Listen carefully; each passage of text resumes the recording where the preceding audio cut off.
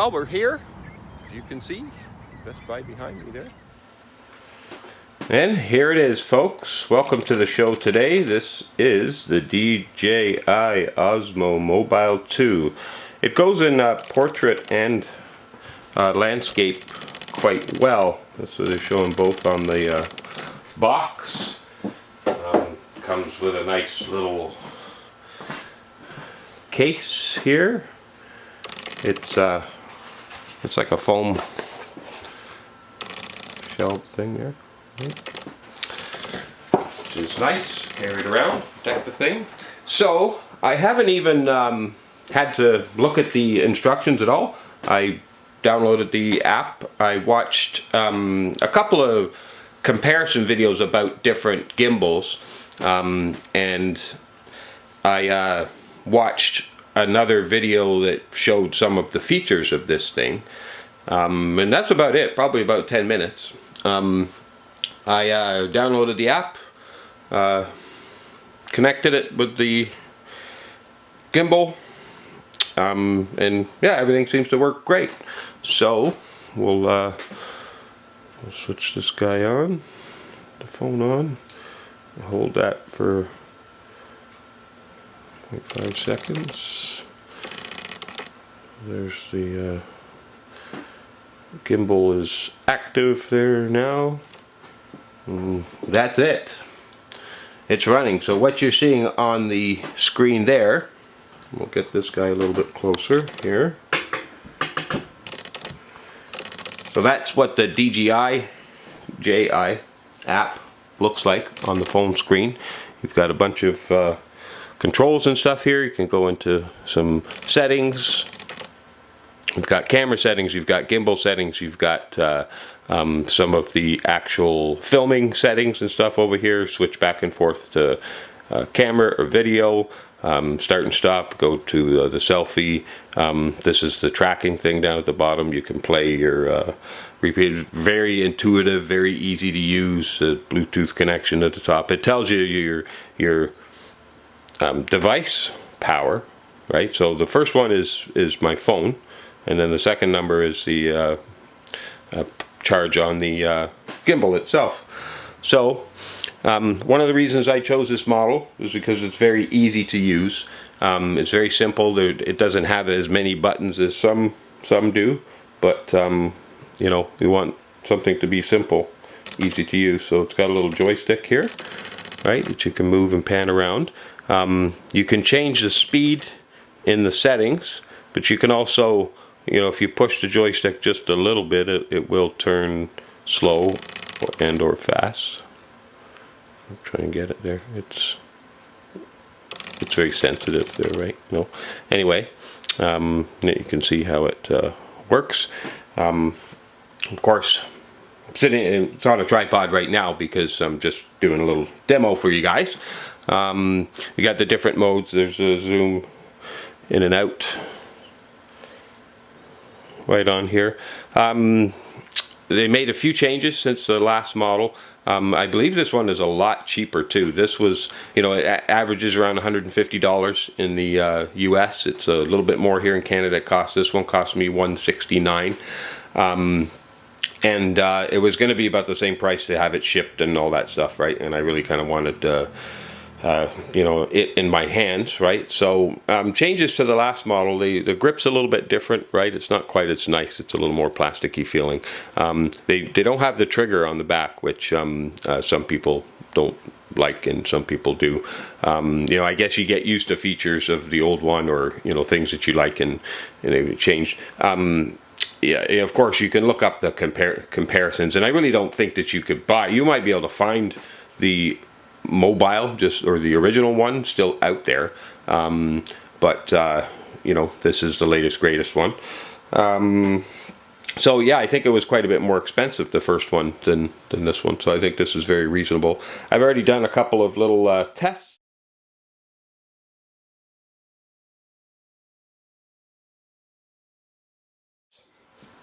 With it just outside quick last night. I just got it yesterday, just to make sure that you know, everything is functioning, and you kind of how to use it and stuff like that. Yeah, we'll do that we'll do that next. So one of the cool features I'm going to show you, so we're just going to pause for a sec and we'll come right back.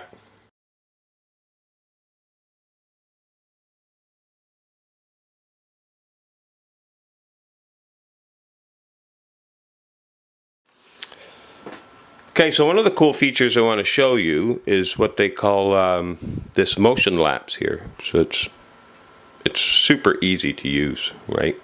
So I'm going to say that this is the first image, and that is the second image.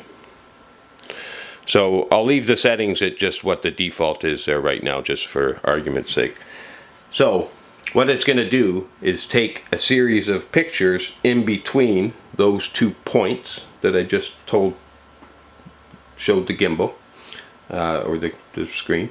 It just went to auto darkening just to save power there, but with this camera that we're looking through right now, you can still see the screen of the phone very well. So as you can see, the gimbal is moving by itself. Now you can change all these settings. You can change how long it takes to do this and how many shots it would take and all this kind of stuff, and the duration. There's a ton of settings in it. And so it's going to stitch all these pictures that it's taking. It's taking, you know, like 10 pictures, one every second or something as it turns, and then stitch them all together and put it into a little movie, right, or clip. So it's a really cool way to incorporate some stuff into your videos, and you know, not have it have to be doing this by hand. I mean, look how smooth it moves, right? It's incredible. So there it is, it's done, and we can press this button here to review it, which I think it would be that right there. So that's what it just filmed. It just filmed that little, you know, it was only what, you know, 4 seconds or something like that, right? But you know, you can set up these shots and let it have it do it all by itself. So that's just one. We've got slow motion, standard, time lapse, hyperlapse, and the motion lapse, which are all kind of interesting, creative features to add into your videos.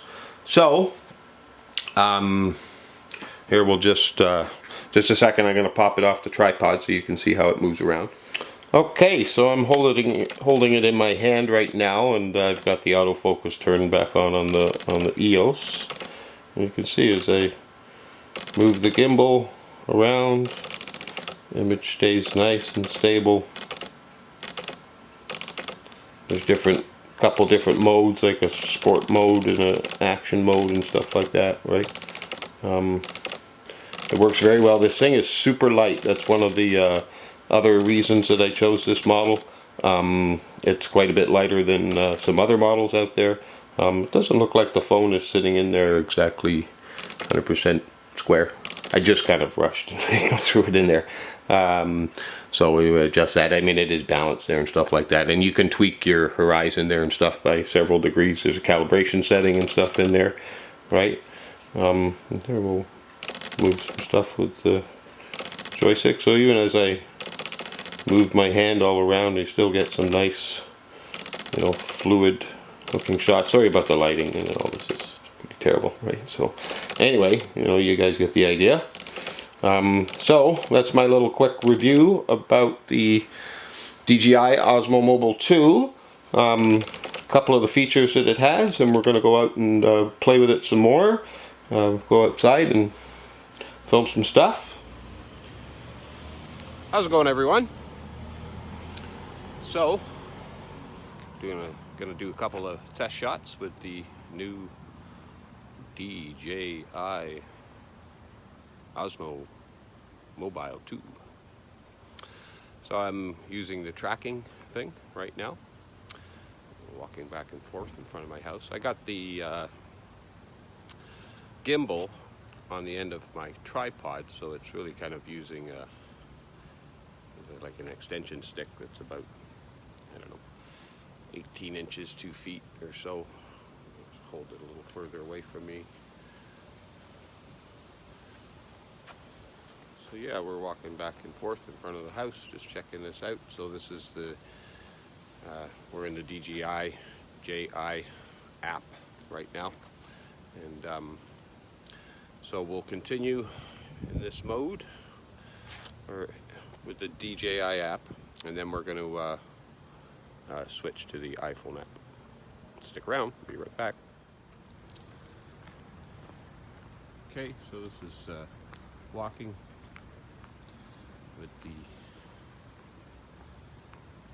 DJI app on, so this should be 4K 30 frames per second. It's not tracked on anything, I'm just kind of, you know, it seems to have a little bit of a focusing mind of its own. This is just the iPhone, so the only difference here should be that we're in 60 frames per second instead of 30. It's still 4K, and of course the stabilization of the DJI is, you know, somewhat off, or its optical stabilization that's built into its app is off right now. It's going to be a bit windy today, so I don't know how much it's going to pick up. I mean, it's really windy out, guys, right? So again, walking example of the iPhone app. 60K. Okay, iPhone app.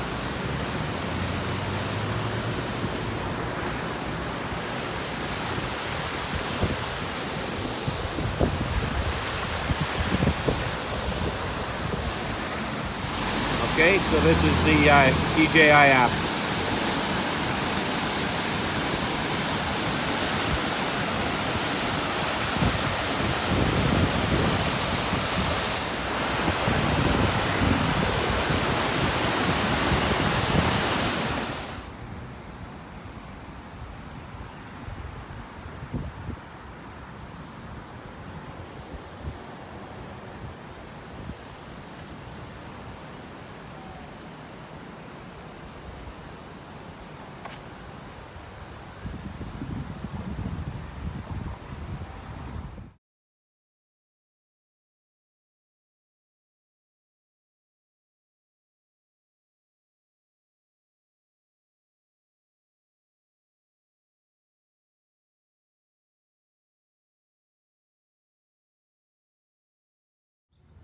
Well, guess where we are? The infamous non-stick island. It's a little bit overgrown down here. Life is reclaiming. Hopefully it's growing, getting bigger. I'm going to film down here in the winter again too. So yeah, really happy with the DJI Mobile Osmo so far. I'm going to play with a few more things and see if we can stitch together a little video for you guys. Love and peace from Canada. We are YouTube.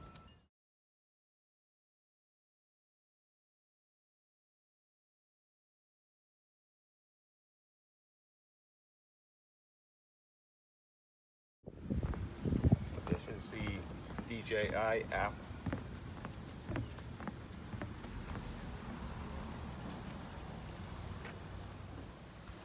And then this is the iPhone app.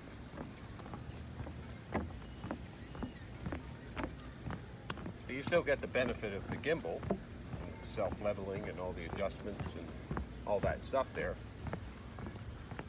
It's just the stabilization really is off, right? We're not too sure how much that 30-60 frames per second, how much of a difference that makes.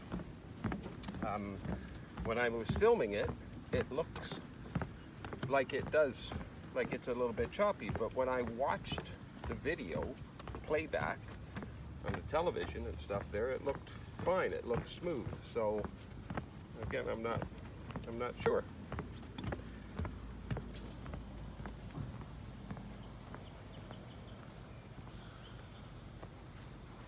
But man, this thing is nice.